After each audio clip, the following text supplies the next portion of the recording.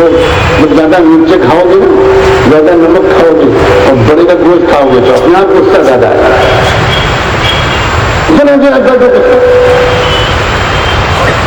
بہت ہنس کے ٹال دینے والی چیزیں حضور نے سکھائی ہیں یہ بات. اور حضور کے گھر میں جو واقعات ہوئے یہ ہے سیرت کا بیان. حضور کے تو کئی بیویاں تھیں. حضور کے نبی سے نبوت ثابت کرنے کے لیے یہی بات کہتے ہیں کہ آپ نے اتنی ساری بیویوں کو خوش رکھا.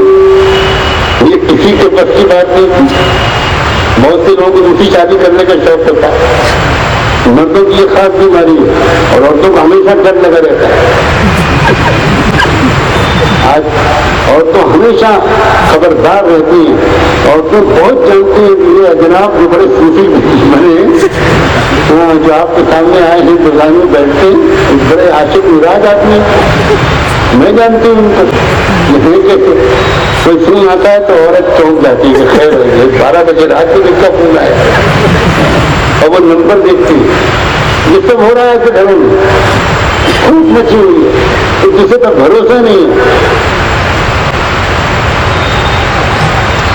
حضور کے گھر میں بڑا دلچسپ واقعہ ہے. بڑا دلچسپ. آپ ایک بیوی کے ہاتھ سے باری ان کی تھی. دوسری بیوی نے کسی اور بیوی نے اپنے گھر میں کوئی اچھا سالن پکایا. اب بیویوں کا مزاج ہوتا ہے, عورتوں کا مزاج ہوتا ہے. آپ تو باہر بہت کچھ کھا لیتے ہیں, مرد اتنے باوفا نہیں ہوتے.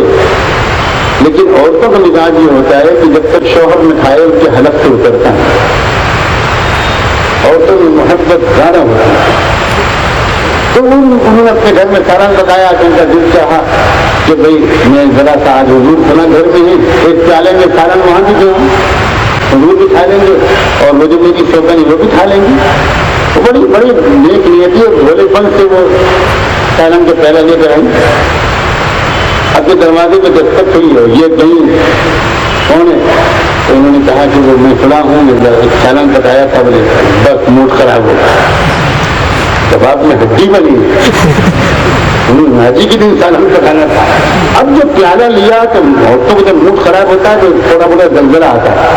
وہ پیالہ نہیں چل گیا, پیالہ ٹوٹ گیا, سالن گر گیا. اب ہمارے آپ کے گھر میں اگر یہ واقعہ ہو تو مہابھارت سے ہو.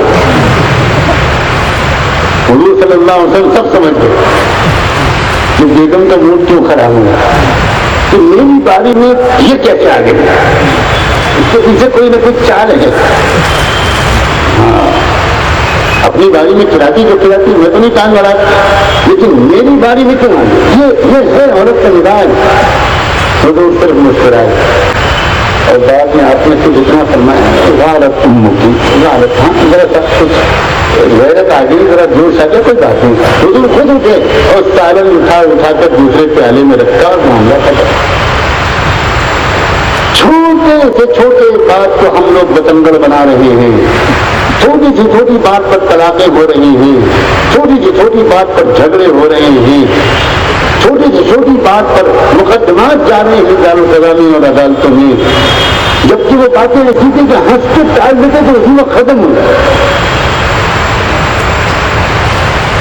ایک شوہر کی حیثیت کی کیا ہماری ذمہ داری ہے. کیسے پیارے شوہر بنائے تھے حضور صلی اللہ علیہ وسلم. کیا تعلقات تھے میاں بیوی کے درمیان. بہت غریب ایک صحابی مزدوری کرنے والے, مزدوری کر کے اپنا اور اپنی بیوی کا پیٹ پالنے والے بیچارے گھر سے نکلے, دن بھر کام تلاش کیا, کوئی کام ہی نہیں ملا, خالی ہاتھ گھر واپس آ گیا. بیوی سے آ کر کہا کہ کوئی دن بھر گزر گیا, بھوک لگی ہے, کھانا کھلاؤ. بیوی نے کہا کہ میں تو آپ کو پہلے بتا چکی تھی کہ گھر میں جو کچھ بھی تھا وہ سب ختم ہو چکا, اب کچھ بچے نہیں. میں تو انتظار میں تھی کہ آپ آئیں گے, کچھ کما کر لائیں گے, کھانا پکاؤں گی, آپ کو بھی کھلاؤں گی, خود بھی کھاؤں. تو شوہر نے کہا کہ میں نے دن بھر بہت کام تلاش کیا, آج مجھے کوئی کام ہی نہیں. اب دیکھیے یہ نازک موقع ہے. کوئی عورت ہوتی شکوے شکایت کرنے والی, ایمان و یقین نہیں بنا، صبر و تقویٰ نہیں آیا، پتہ نہیں کیا ہنگامہ کرتی، رونا شروع کر دیتی، میری قسمت ٹوٹ گئی، میں تو بڑے کھاتے پیتے گھرانے کی تھی، کہاں ایک غریب آدمی کے ساتھ میرے ماں باپ کی شادی کر دی، میں نہیں رہ پاؤں گی، صبح ہونے تو میں بھی چلی جاؤں، میں جانے کیا کیا باتیں ہیں۔ جانتے ہو بیوی نے کیا کہا؟ بیوی نے کہا ایک بات کہوں،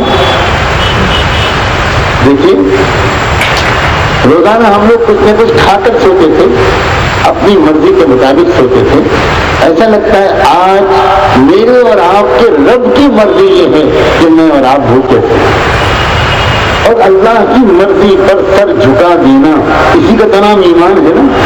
چلیے آج اللہ کی مرضی یہی ہے، اسی کو قبول کر کے سر جھکا کر خوش خوش سوتے ہیں، کوئی شکایت نہیں، نہ آپ سے نہ قسمت سے کسی چیز کی، یہ تو اللہ کا فیصلہ ہے، اور میرا اللہ اور آپ کا اللہ نہ بے خبر ہے، نہ بے رحم ہے، نہ بے بس ہے۔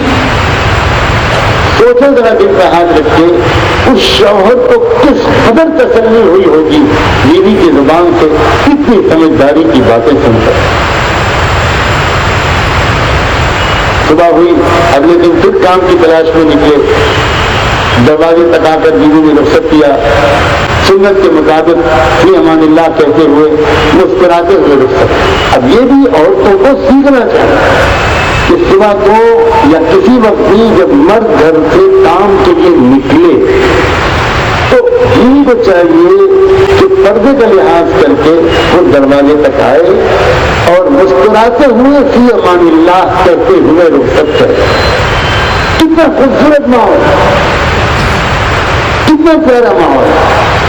اب شوہر جو جائے وہ بہترین موڈ کے ساتھ جائے کہ میرے ساتھ میری پاک دامن بیوی کی دعائیں، میں انشاءاللہ کامیاب ہوں گا، بہت اچھا موڈ رہے گا، صحت اچھی رہے گی، کام اچھا ہوگا۔ اور اگر اس طرح نہ ہو، اس طرح ہو جیسے آپ کے گھر میں ہوتا ہے، اللہ کی پناہ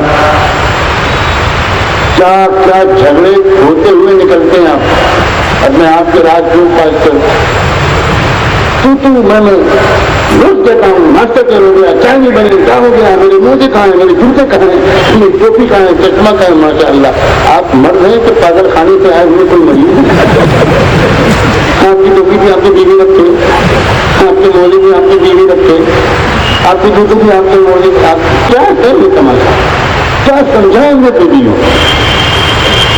لڑتے جھگڑتے عجیب انداز سے نکلتے، یا اگر یہ نہیں ہے تو اور کچھ ہے، بیوی صاحبہ ٹی وی دیکھ رہی ہیں، آپ چلے گئے، آپ گئے یا بیوی صاحبہ سو رہی ہیں، اس سے محبت ہی نہیں کرتی۔ یہ تہذیب ہے اسلام کی، اسلام کے حصے کو ہم جانتے ہی نہیں، اسی وجہ سے ہماری روزی میں بے برکتی ہے، ہمارے گھروں میں پھوٹ ہے، ہمارے دلوں میں سکون نہیں ہے۔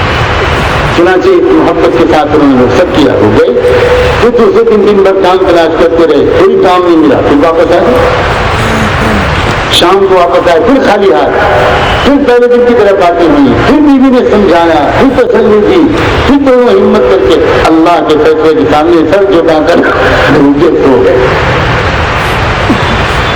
عزیزو، میرے لیے کہہ دینا بہت آسان ہے اور آپ کے لیے سن لینا بہت آسان۔ 2 دن 2 راتوں کا فاقہ یہ کوئی کھیل نہیں ہے۔ کیا کیفیت ہوگی ان کی، جن کے پیٹ میں ایک بھی دانہ نہیں ہے، لیکن کمال ہے ایمان، کیسا آپس میں محبت بھی ہے، اللہ پر یقین بھی ہے، اللہ سے تعلق بھی ہے، اللہ کی محبت بھی ہے، اللہ کے فیصلے پر راضی ہو جانے کا طریقہ بھی ہے۔ پھر اگلے دن تیسرے دن پھر کیا ہوا، پھر بیوی نے رخصت کیا، پھر شوہر نکلے، لیکن ایک نیا واقعہ ہوا تیسرے دن۔ جب وہ نکلے چند قدم ابھی چلے تھے تو بیوی کو کچھ یاد آیا اور بیوی نے کچھ پکار کر پھر سے کہا کہ ایک منٹ واپس آئے، کیا بات ہے؟ بیوی نے کہا کہ مجھے ایک بات کہنی تھی، جلدی میں کہہ نہیں پائی، بھول گئی، اس لیے آپ کو بلایا ہے۔ دیکھیے آج تیسرا دن ہے، اسی دن سے میں آپ کے ساتھ ہوں، میں آپ کے تقوی کی سب سے بڑی گواہ۔ میں جانتی ہوں کہ آپ اپنے لیے کوئی غلط کام کبھی نہیں کر سکتے، لیکن مجھ سے آپ کو جو محبت ہے اور میرا آپ جتنا خیال رکھتے ہیں اس کی وجہ سے مجھے تھوڑا سا ڈر ہے کہ کہیں آپ اگر آپ کو آج کوئی کام نہ ملا تو کہیں آپ میری محبت کی وجہ سے کوئی حرام لقمہ لے کر نہ آ جائیں. اللہ کے واسطے اگر آج بھی آپ کو کام نہ ملے تو خالی ہاتھ گھر واپس آ جائیے گا, کوئی حرام لقمہ لے کر نہ آئے. یہ ہے شوہر اور بیوی کے تعلقات, یہ ہے حضور پاک صلی اللہ علیہ وسلم کی سیرت, یہ ہے اسلام. کیا عجیب و غریب دین ہے. افسوس اس دین کا ہم نے ستیہ ناش کر, اس کو بدنام کر, اس کا خوبصورت چہرہ ہم دنیا کے سامنے تو رکھ ہی نہیں سکتے. تو بھائی جو حضرات شوہر بن چکے ہیں تو سمجھے کہ شوہر بننا ایک ذمہ داری ہے, ایک ذمہ داری ہے. ان ذمہ داریوں کو پوچھیں علماء, کوئی لمبی چوڑی باتیں نہیں ہیں. آپ 15 منٹ میں سن سکتے ہیں, 10 منٹ میں کسی عالم سے سمجھ سکتے ہیں. کیا آپ بتائیں کہ شوہر ہونے کی حیثیت سے میرے اوپر کیا کیا ذمہ داریاں آئے گی. اس طرح کی باتیں پوچھنے والے مسلمانوں میں ختم ہو گئے. کوئی اس طرح کی باتیں نہیں پوچھتا. لوگ عجیب عجیب قسم کی باتیں پوچھتے ہیں. کوئی آصف کے بارے میں پوچھتا ہے, کوئی جن کے بارے میں پوچھتا ہے, کوئی کہتا ہے کہ میرے کان میں آواز آتی ہے رات کے 12 بجے. بھائی تو ہماری کیا غلطی ہے آپ کے کان میں آواز آتی ہے؟ آپ ہمارے کان میں تو شور کر رہے ہیں, آپ کے کان میں آواز آتی ہے. پھر دیجیے اس کان کو کاٹ کر جس میں آواز آتی ہے. کوئی پوچھتا نہیں طریقہ. عجیب کی باتیں لگتی ہے. ہمارے بندش ہو گئی, بندش, کاروبار نہیں چل رہا, دکان نہیں ہو گئی. کیا خرافات ہے. جو پوچھنے کی باتیں وہ کوئی پوچھتا ہی نہیں. ایک انسان نہیں ملتا 10-10 سال تک جو کہے کہ بھائی میں باپ بننے والا ہوں, پہلی بار باپ بنوں گا, مجھے بتائیے کہ باپ بننے کی کیا ذمہ داری ہے. دل خوش ہو جاتا ہے جب کوئی ایسا سوال ہے, دل خوش ہو جاتا ہے. اور میں ایک بات اور کہہ دوں, ہمارے ملکوں کے عام شہروں میں پکے پکے دیندار نظر آنے والے مسلمانوں کی طرف سے بھی اس طرح کا سوال نہیں ہوتا. لیکن خوشی کی بات یہ ہے کہ امریکہ اور یورپ اور کینیڈا میں, ان ملکوں میں جو دین کی طرف آ رہے ہیں نوجوان, الحمدللہ وہ اسی طرح کے سوالات ہیں. وہاں یہ بات دیکھ کر دل خوش ہوتا ہے. فضول قسم کے سوالات کرنے والے نہیں, بہت کام کے سوال کرتے ہیں. نوجوان لڑکے اور لڑکیاں وقت لیتے ہیں, نوجوان جوڑے وقت لیتے ہیں کچھ بات کرنے میں, اور وہاں کر جب باتیں پوچھتے ہیں تو شروع میں اسے کہا جاتا ہے کہ مشغولیت بہت ہے, 10 منٹ کا وقت ہم دے پائیں گے. لیکن جب وہ ایسے سوال کرتے ہیں تو دل چاہتا ہے کہ ان سے تو آدھا گھنٹہ بات کی. کتنے اچھے اچھے سوال ہیں. کوئی پوچھتا ہے کہ میں اپنی نگاہوں کو کیسے قابو میں کروں, یہ بتا. میں بدنظری کے گناہ کے عادی ہوں, میں کیسے اپنی نگاہوں کو قابو میں کروں, یہ ترکیب بتائے. کوئی پوچھتا ہے کہ میری ساس میرا غصے میں ہے, اب وہ لڑکی پوچھتی ہے کہ میں ان کے غصے کو کیسے برداشت کروں, ان کی دعائیں کیسے دوں, اس کی مجھے کوئی ترکیب بتائے. مجھے کوئی ایسی نصیحت کی ہے کہ میں جی جان سے اپنی ساس کو اپنی ماں کا درجہ دے سکوں اور ان کی خدمت کروں. تو اللہ کے بندو, شوہر ہونے کے بارے میں حضور پاک صلی اللہ علیہ وسلم نے جو کچھ سکھایا, اور خود آپ نے کتنا پیارا شوہر بن کے دکھایا, کتنا پیارا شوہر بن کے دکھایا. آپ کتنی رعایت کرتے تھے عورتوں کے مزاجوں کی, کیا کرتے, اتنی رعایت کرتے تھے کہ اللہ اکبر. آج اس رعایت کو بیان کیا جائے تو کئی لوگ اس کا ناجائز فائدہ نہ ہوتا, اس لیے وہ رعایت بیان کرتے ہوئے بھی ڈر لگتا ہے کہ آپ کس طرح رعایت کرتے تھے اپنی بیویوں کے الگ الگ مزاجوں کی, کتنی رعایت کرتے ہیں. عورتوں کے درمیان تو مسائل ہوتے ہی ہیں, وہ عورت ہی کیا. اب آگے جملہ میں پورا نہیں کروں گا, بہت خطرناک ہو جائے گا وہ جملہ, مجھے جانا بھی ہے عافیت کے ساتھ. وہ عورت ہی کیا تو مسائل میں پیدا کرے, وہ انسان پیدا کرتی ہے, وہ مسائل میں پیدا کرتی. آپ کہتے ہیں کہ خالی انسانی پیدا کرے مسائل تو پیدا کریں گے، لیکن آپ کو کیا ہوا ہے کہ آپ مسائل کا امور مسائل کا چٹکیوں میں حل کیوں نہیں سیکھتے؟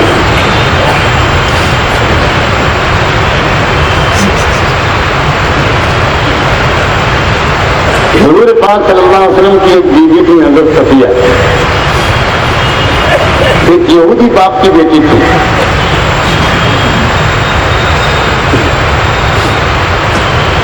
یہودیوں کا بہت بڑا لیڈر تھا سپریم کمانڈر حی بن اخطب، ان کی بیٹی تھی۔ خیبر جب فتح ہوا تو وہاں جو اس وقت کا طریقہ تھا، مردوں کو غلام کے طور پر لایا گیا، عورتوں کو۔ اب حضور کے سامنے جو تقسیم ہوئی تو ایک صحابی تھے یحییٰ، کلبی، بہت خوبصورت اور حسین و جمیل۔ تو تقسیم یہ ہوئی کہ جو صفیہ ہیں یہ حی بن اخطب کی بیٹی، ان کا نام اس وقت صفیہ نہیں تھا، ان کا نام اس وقت زینب تھا، تو ان کو یحییٰ کے حصے میں دیا گیا کہ یہ ان کی باندھی کے طور پر ان کے ساتھ رہے۔ بعض صحابہ کو جب اس بات کا پتہ چلا تو ان کا جو دور تک دیکھنے والی نظر تھی، انہوں نے آ کر اللہ کے رسول سے کہا کہ حضور ہماری رائے یہ ہے کہ یہودیوں کے سب سے بڑے قائد کی جو بیٹی ہے وہ آپ کے گھر میں رہے، اس کا جو لیول ہے وہ وہاں کے سب سے بڑے قائد کی بیٹی ہے، تو اگر آپ اس کو اپنے گھر میں رکھیں گے تو بڑا بہترین مثبت پیغام جائے گا، اور ہمارا دل چاہتا ہے کہ ان سب کو اللہ ہدایت دے۔ تو حضور نے کہا کہ یحییٰ کو بلاؤ، اگر یحییٰ کے حصے میں ہے تو یحییٰ راضی ہوں تو بہت اچھا، میں نکاح کر کے اپنی زوج مطہرہ بنا کر رکھوں گا۔ یحییٰ نے کہا کہ اللہ کے رسول ترازو کر، بالکل بالکل، چنانچہ اب آپ کی وہ زوج مطہرہ بن گئی۔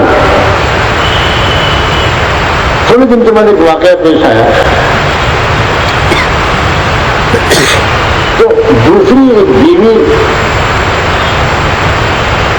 تو ذرا سا کچھ چبنے لگا معاملہ، تو انہوں نے کسی موقع پر حضرت صفیہ کے بارے میں ایک جملہ کہہ دیا۔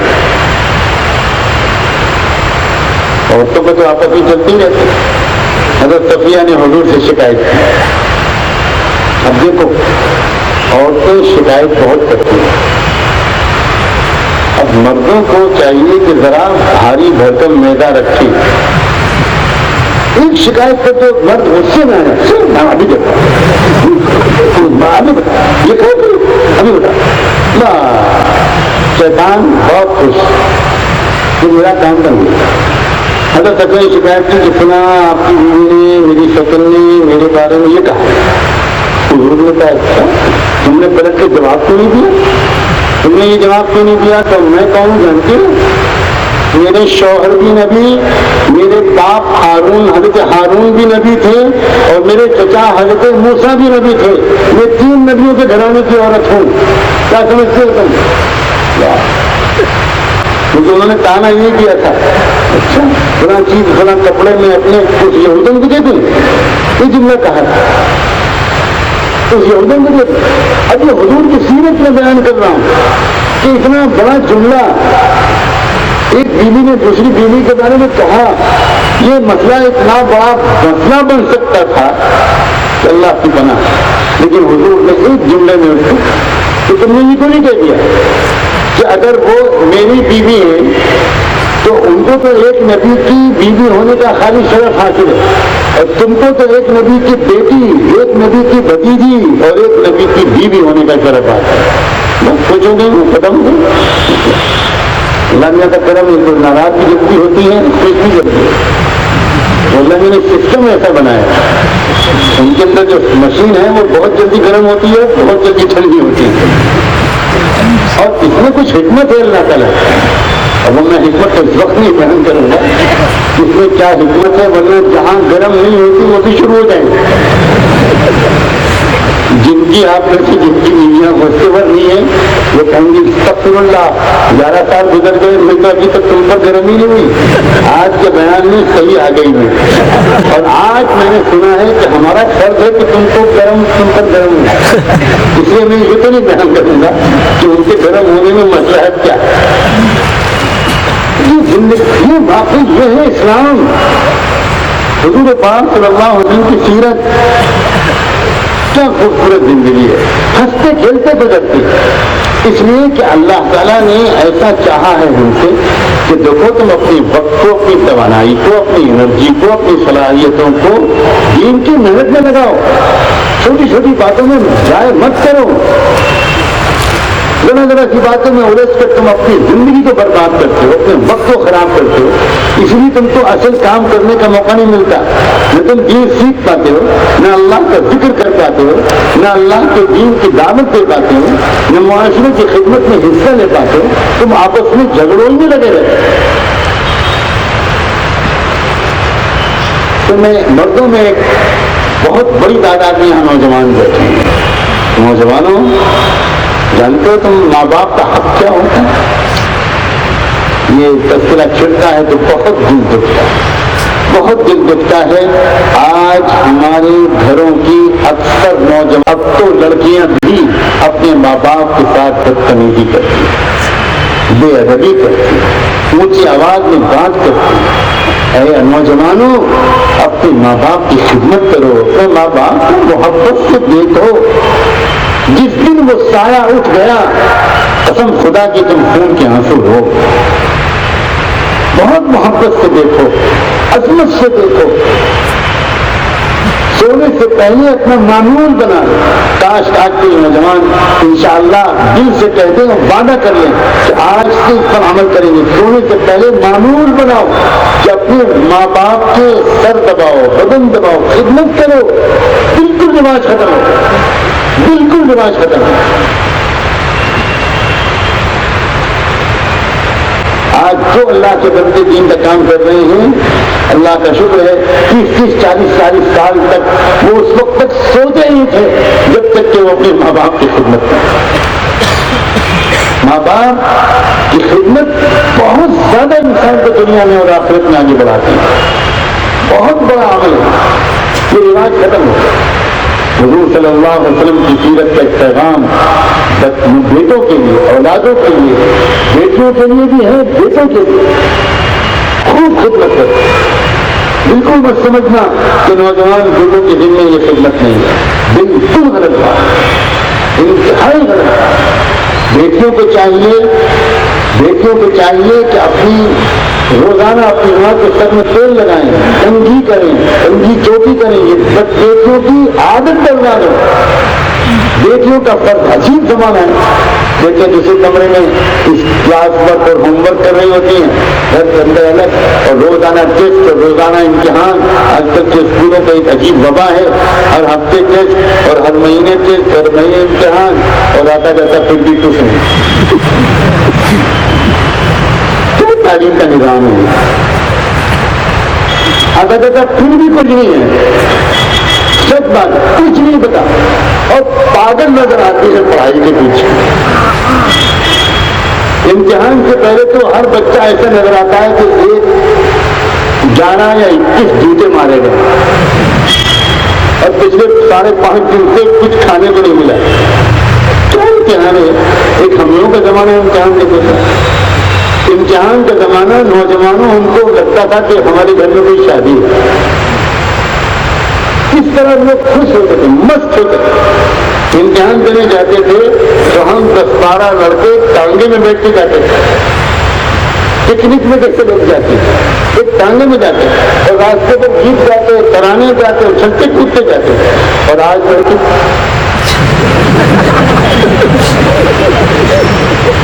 اور پھر بھی ان کو امتحان حال میں جا کے خوشی آتی ہے، کچھ نہیں سمجھ میں آتا کہ لکھے کیا، انگریزی میں ہندی لکھ کے آتے ہیں، ہندی میں حساب لکھ کے آتے ہیں، اور آخر میں لکھتے ہیں کہ ممتحن صاحب میں مجھے بخار آ گیا تھا، آپ ذرا مجھے پاس کر دیجیے۔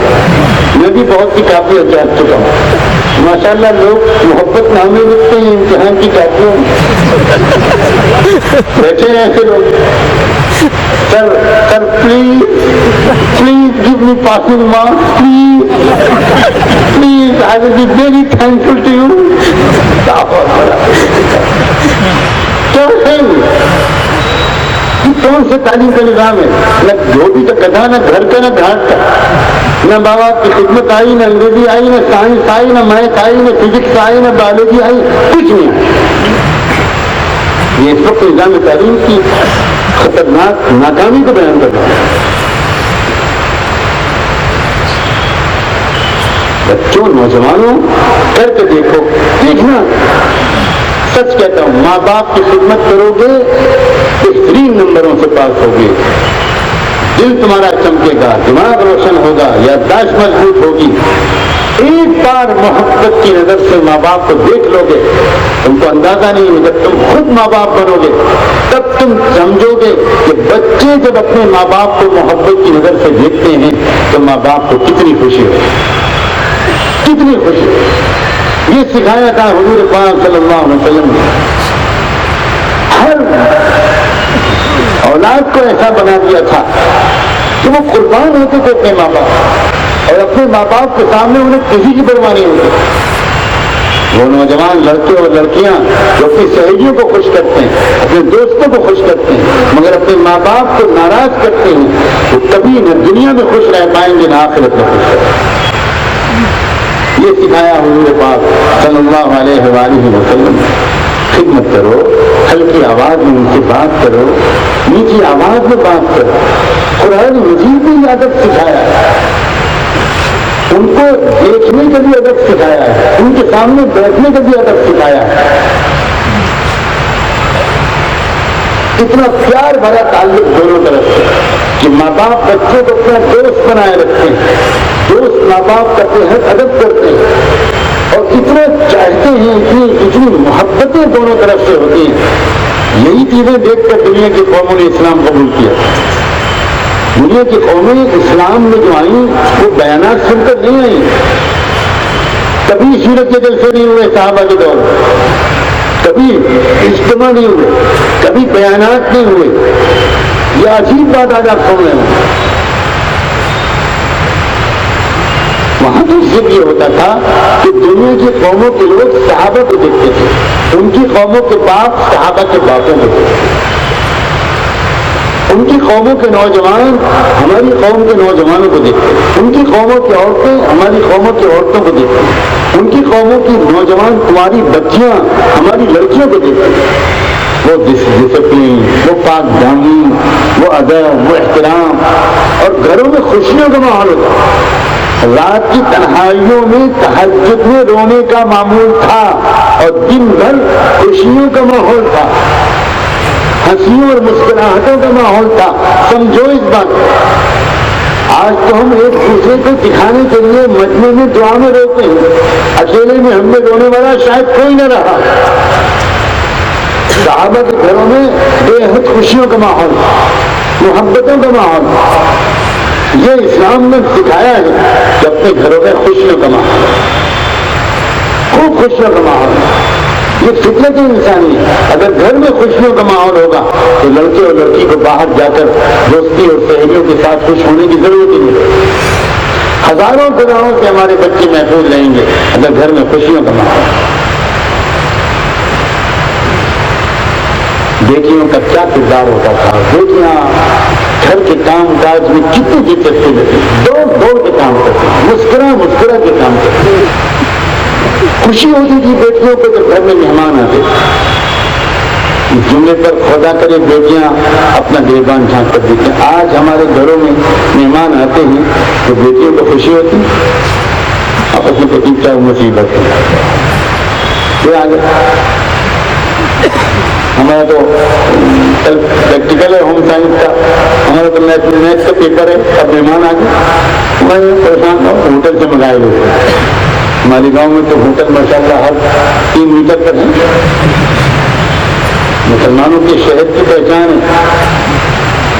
جہاں ہوٹل زیادہ ہوں گے, جہاں مکھیاں مچھر زیادہ ہوں گے, جہاں لڑکے سڑک پر زیادہ ننگے کھیل رہے ہوں گے، جہاں سڑک پر کچرا زیادہ پڑا ہوگا، جہاں گاڑیاں زیادہ بکی جا رہی ہوں گی، جہاں سگریٹ زیادہ پی جا رہی ہوگی، سمجھ جاؤ یہ مسلمانوں کی بستی۔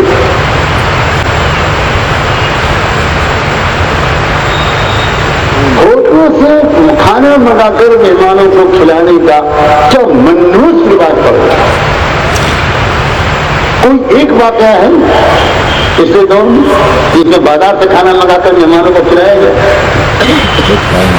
لڑکیوں کا شوق ہے، مزاج ایسا ہوتا تھا کہ لڑکیاں اداس ہو گھر کی عورتیں غمگین ہوتی تھی کہ آج تو کوئی مہمان ہی نہیں، کیا مزہ آ رہا ہے گھر میں، کام کاج کا شوق ہوتا ہے۔ اور میں سچ بتاؤں ایسی برکت ہوتی تھی اس شوق کی وجہ سے، اس جذبے کی وجہ سے کہ 100 مہمانوں کا کھانا 1-1.5 گھنٹے میں ہماری عورتیں پکاتی تھیں۔ اس زمانے میں جس زمانے میں لکڑی کا چولہا جلتا تھا، گیس کے چولہے بھی نہیں تھے، اور یہ سیٹی والا پریشر کوکر بھی نہیں تھا، لیکن عجیب شوق تھا، خوشی ہوتی تھی مہمانوں کے آنے۔ یہ لڑکیوں کی جب تربیت کرو گے نا گھر میں، یہی بیٹی جا کر سسرال میں خدمت کرے گی۔ ہماری یہاں بچیاں بیٹھی ہوں گی انشاءاللہ، بچیوں کا ایک مزاج جانتے ہو کیا بن رہا ہے آج کل؟ ایک مزاج یہ بن رہا ہے کہ ہمیں تو سسرال میں جا کے سب کام کرنے ہے، تو یہاں کیوں کریں؟ اکثر لڑکیاں شادی سے پہلے اپنے گھروں میں شوق کے ساتھ گھر کے کام نہیں کرتی، اور اگر اللہ نے کرے ان کی بھائی کی شادی ہو چکی ہے اور بھابھی آ چکی ہے تو لڑکیوں کا 100% مزاج بن رہا ہے کہ بھابھی کا نہیں، یہ تو بھابھی کا کام ہے۔ ہمارے معاشرے میں یہ منحوس عادت آ گئی ہے کہ بہو گھر میں آتی ہے تو گھر کے سارے کام اس کے اوپر ڈال دیں گے، نن صاحبہ بالکل کام نہیں کرتی۔ یہ اسلام کے خلاف ہے، یہ غلط بات ہے، یہ بالکل غلط ہے۔ سب کو مل جل کر کام میں ہاتھ بٹانا چاہیے، ہنستے مسکراتے کام کرنا چاہیے، گھر کے فضا ایسی بننی چاہیے۔ اب بیٹی یہ سوچتی ہے کہ میں یہاں کام نہیں کروں گی، سسرال جا کر کام کروں گی، اور تجربہ کیا بتاتا ہے؟ جس نے اپنے ماں باپ کی خدمت نہیں کی، جس نے اپنے بھائی بہنوں کی خدمت نہیں کی، اور جس نے اپنی زندگی کے خالی سال جس میں بچوں کا بوجھ اس کے اوپر نہیں تھا، اس میں بھی اس نے کام کاج نہیں کیا، سسرال میں جانے کے بعد جب وہ ماں بھی بن جائے گی اور اس کو ساس اور نند کو بھی جھیلنا پڑے گا تو وہاں کیا خدمت کرے گی؟ تو جب خدمت کا مزاج بیٹوں کا نہیں بنے گا تو پھر گھر میں مسائل پیدا ہوں گے۔ اسی لیے اسلام میں یہ تربیت ہے کہ گھر کے کام کاج کے سلسلے میں بچیوں کا مزاج یہ بنایا اور تاکید کی کہ بناؤ کہ خوب شوق سے خدمت کریں۔ میں واقعات نہیں سنانا، واقعات بہت سن چکے ہم، میرا ایک تاثر یہ ہے، پتہ نہیں کہاں تک صحیح ہے کہ لوگ واقعات میں جھومتے ہیں ماشاءاللہ، حضور صحابہ کا واقعہ، حضوروں کا واقعہ، تابعین کا واقعہ، اور یہ ذہن میں آتا ہے کہ ماشاءاللہ بڑی برکت ملی، ثواب ملا، واقعات سننے سے ختم، اور یہ ہمارے متعلق تھوڑی کہا گیا، یہ تو صحابہ کے واقعات سنائے گئے۔ میں اس لیے واقعات سنانے سے آج گریز کر رہا ہوں، یہ ہمیں اور آپ کو کرنا ہے، اپنے گھروں میں یہ مزاج بنانا ہے۔ اگر ہم نے یہ مزاج نہ بنایا تو حضور پاک صلی اللہ علیہ وسلم کی سیرت کو اور آپ کی شخصیت کو ہم نے بالکل نہیں پہچانا۔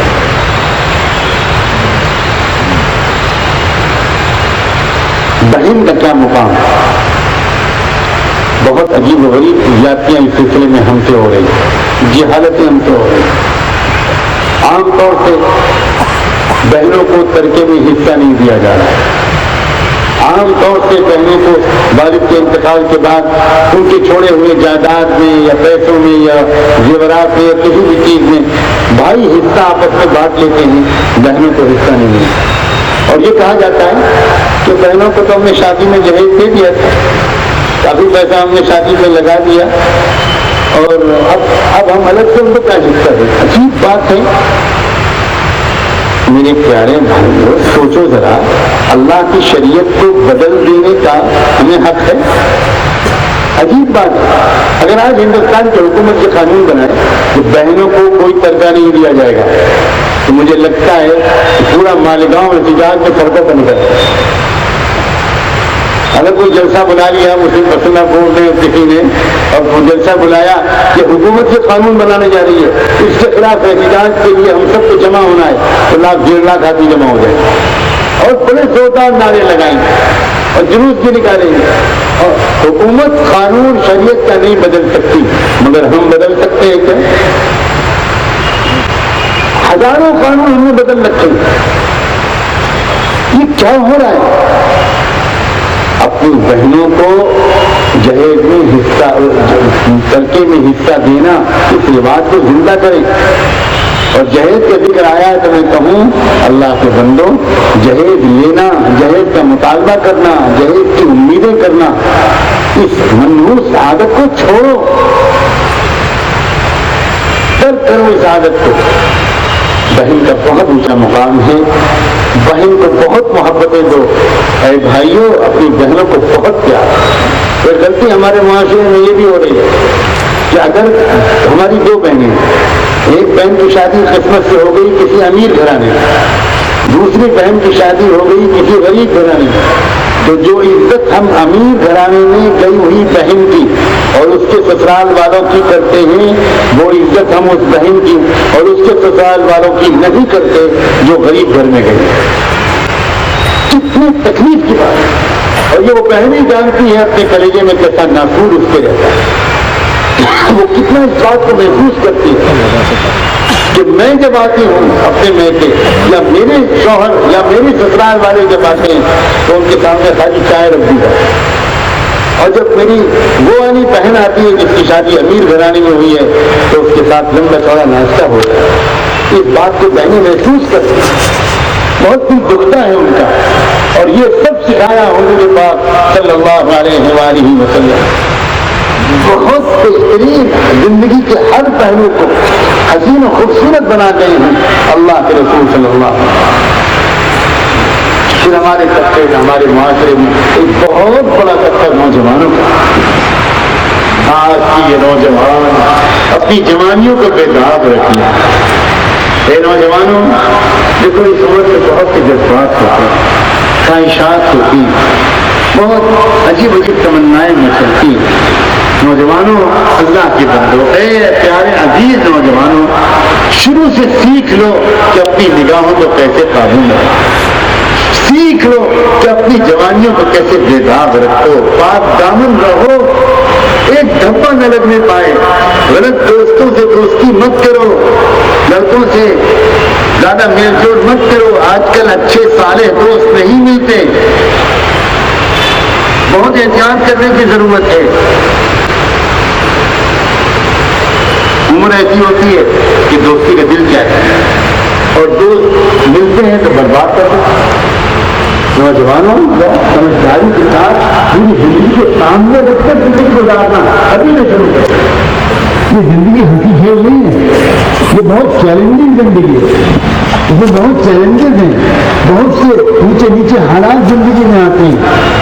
پورے گھر کو لے کر چلنا ہے، فیملی کو لے کر چلنا ہے، خاندان میں جوڑ پیدا کرنا ہے، پاک دامن رہنا ہے، گناہوں سے اپنے آپ کو بچانا ہے۔ نوجوانوں، اچھی صحبتوں میں بیٹھا کرو، برے دوستوں سے بچو، بھاگ بھاگ کر اللہ والوں کے پاس جاؤ، دینی مجلسوں میں جاؤ، بیانوں میں بیٹھو، اچھی کتابوں کو پڑھو، پوچھو اپنے علماء سے اب میں کون سی کتاب پڑھوں، اب میں کون سی کتاب پڑھوں، تاکہ تمہارے دل کے اندر تقوی کا نور آئے اور اس گندے ماحول کے گندے اثرات سے اپنے آپ کو بچا پاؤ۔ اس جوانی کی طاقت کو معذوروں، غریبوں، اپاہجوں، نابیناؤں کی خدمت میں صرف کرو۔ کیا بہترین زمانہ ہے، طاقت ہوتی ہے، انرجی ہوتی ہے، توانائی ہوتی ہے، جلدی سے نوجوان تھکتا نہیں۔ کتنا اچھا ہے کہ یہ نوجوانی کی یہ طاقت ہفتے میں 1 آدھ بار کسی غریب کی عیادت میں استعمال، کسی معذور کی، کسی اپاہج کی، کسی محتاج کی خدمت میں استعمال۔ جا کر بیٹھو کسی بزرگ کے پاس، جا کر بیٹھو کسی معذور کی جھوپڑی میں، اس کے پاس بیٹھو کہ میں آج خالی ہوں، میرا 2-4 گھنٹے کا وقت موجود ہے، میں اس لیے آیا ہوں کہ کوئی گھر کا کام ہو، سودا لانا ہو، دوا لانا ہو، گھر کی صفائی کرنی ہو، میں خدمت کے لیے حاضر، میں اس لیے آیا۔ یہی نوجوانوں کے کرنے کے کام، نوجوان جو کریں گے تو دل خوش ہو، اور یقین رکھنا جب روحانی خوشی ملے گی تو گناہ کبھی نہیں کرو گے۔ میرے اس جملے کی قدر کر لینا نوجوانوں، گناہ اس لیے کرتے ہیں ہم کہ ہم اندر سے خوش نہیں ہوتے۔ جس انسان کی روح سیراب ہوتی ہے، روح آسودہ ہوتی ہے، نیک کام کرنے کی وجہ سے، کسی غریب کی خدمت کر دینے کی وجہ سے، اللہ کو یاد کر کے 2 آنسو بہا لینے کی وجہ سے، وہ اس کے دل میں اتنی خوشی ہوتی ہے کہ اسے کبھی گناہ کرنے کا خیال ہی نہیں کرتا۔ تو خوشی اپنے دل میں روحانی کیسے پیدا کرو، اس کی ترکیبیں بتاؤ۔ اللہ والوں کے پاس بیٹھو گے تو دل خوش ہو، کسی غریب کی خدمت کرو گے تو دل خوش ہوگا، اور اس خوشی کی کیفیت میں کبھی تمہارا اندر سے نہیں چاہو گے کہ تم کوئی گناہ کرو۔ آج جو ہمارے نوجوان گناہ کر رہے ہیں یا ہم گناہ کر رہے ہیں، اس کی وجہ یہ ہے کہ ہم اندر سے کھوئے کھوئے رہتے ہیں، خوش نہیں، روحانی طور پر ہم آسودہ نہیں، ایک عجیب سی پیاس، ایک عجیب سی جلن، ایک عجیب سی تشنگی، ایک عجیب سی کمی، عجیب سی ایک کیفیت ہے اندر جس کو میں لفظوں میں شاید بیان بھی نہ کرتا، اور اس کیفیت سے تھوڑی دیر کے لیے چھٹکارا پانے کے لیے ہم گناہ کرتے ہیں، اور وہ گناہ کر کے وہ الجھن اور بڑھ جاتی ہے، اور پھر گناہ کر کے الجھن اور بڑھ جاتی ہے۔ اس دن عمل کر کے دیکھو۔ میں ایک بات بتاتا ہوں، رمضان مبارک میں نوجوانوں مجھے یہ بتاؤ کیا گناہ کم ہو جاتے ہیں کہ نہیں؟ رمضان کے مہینے خیال سے گناہ کریں، کیا وجہ؟ روزے کی وجہ سے، تراویح کی وجہ سے، سحری اور افطار کی وجہ سے، اور قرآن کی تلاوت کی وجہ سے اندر سے خوشی رہتی ہے، ایک عجیب روحانی آسودگی کی کیفیت رہتی ہے، جس کی وجہ سے گناہوں سے حفاظت آسانی ہے۔ یہی کیفیت مستقل رہ سکتی ہے، انشاءاللہ گناہ چھوٹ جائیں گے، بالکل نکل جائیں گے زندگی سے، اگر یہ نوجوانوں نے اپنے وقت کو خدمت میں، عبادت میں، مسجدوں میں باجماعت نماز پڑھنے میں، اللہ کے نیک بندوں کے پاس بیٹھنے میں، تعلیم کے حلقوں میں بیٹھنے میں اگر نوجوانوں نے اپنا وقت گزارا تو انشاءاللہ اس کی وجہ سے گناہوں کی حفاظت بڑی آسانی کے ساتھ ہو جائے۔ روزہ کثرت سے رکھو میرے عزیزوں نوجوانوں، میں یہ وسیع نصیحت کرتا ہوں، نفلی روزوں کا رواج ڈالو، نفلی روزے رکھنا شروع کرو، اس سے بہت آسانی کے ساتھ گناہوں سے بچنے کی استعداد پیدا ہوتی ہے۔ پوچھو علماء سے کہ ہم مہینے میں کون سے دن روزہ رکھیں، صرف رمضان کے روزے رکھ لیتے، پورے سال روزہ نہیں رکھتے، اس کی وجہ سے بھی ہمارے نوجوانوں سے بہت گناہ ہوتے ہیں۔ اگر نوجوان بچے اور بچیاں اگر نفلی روزے بھی تھوڑے تھوڑے رکھ لیا کریں تو اس سے انشاءاللہ ان کو بہت آسانی ہوگی۔ یہ اللہ کے رسول صلی اللہ علیہ وسلم کی سیرت کا پیغام ہے نوجوانوں کو۔ ابھی میں نے نکاح کے موقع پر وہ حدیث پڑھی تھی جس میں اللہ کے رسول نے نوجوانوں کو یہ نصیحت کی، فعلیہ بالصوم فإنہ لہ وجاء۔ ہمارے معاشرے میں ایک طبقہ تاجروں کا ہوتا ہے، ہمارے تاجر برادری، ہمارے تاجر لوگوں سے یہ کہنا ہے کہ اللہ کے بندو ایمانداری کے ساتھ تجارت کرنے کی ہمت کرو کہ تجارت میں جھوٹ نہیں بولنا، دھوکہ نہیں دینا، کاروبار ایمانداری کے ساتھ کرو، بہت برکت ہوگی ایمانداری والی روزی میں۔ کیا مطلب برکت کا؟ وہ پیسے کی گنتی سمجھتے ہیں، میں سمجھانے کے لیے کہتا ہوں، ایک آدمی مان لو کماتا ہے مہینے میں 50,000 روپے، 25,000، لیکن اس کے گھر میں بیماری لگ گئی، مقدمہ لگ گیا، یہ لگ گیا، وہ لگ گیا، تو اس کے ہر مہینے 10-15,000 روپے دوا علاج میں اور تھانہ پولیس کچہری میں خرچ ہو گیا۔ اور ایک آدمی کی آمدنی ہے 25,000 کے بجائے 15,000، 12,000، وہ دھوکہ نہیں دیتا، بیماری نہیں کرتا، کم آمدنی ہوتی، لیکن اس کی برکت سے اس کے گھر میں سب تندرست ہوتے ہیں، کوئی بیماریاں نہیں ہوتی، ڈاکٹروں کو وکیلوں کو اتنے پیسے نہیں دینے پڑتے، تو چنانچہ یہ کم آمدنی والا زیادہ مزے میں رہتا ہے اور زیادہ آمدنی والا مصیبت میں رہتا ہے۔ یہ مطلب برکت کا۔ کوئی کر کے دیکھ لے، تجربہ کر کے دیکھ لے، اپنے معاشرے کا جائزہ لے کے دیکھ لے، ناجائز آمدنی جس طرح خرچ ہوتی ہے وہ تو سارے لوگ آج پریشان ہیں۔ اگر ناجائز آمدنی کی وجہ سے دلوں میں سکون آ رہا ہوتا تو آج سب سکون تھے۔